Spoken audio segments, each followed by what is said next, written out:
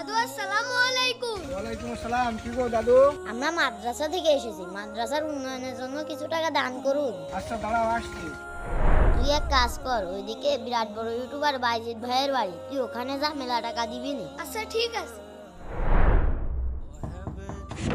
আসসালামু আলাইকুম। ওয়ালাইকুম আসসালাম। কি হয়েছে? মাদ্রাসার উন্নয়নের জন্য কিছু টাকা দান করুন। এই নাও দাদু। আচ্ছা ঠিক আছে। আচ্ছা এই নাও। আরে 10 টাকা দিচ্ছে। কি রে, কয় টাকা দিল? আরে 10 টাকাই দিল। আরে বড় লোক মানুষ গিফটটাই হয়। এই ছেলে, তোমরা এদিকে এসো। জি বলুন। এই নাও তোমাদের মাদ্রাসার জন্য 5,000 টাকা।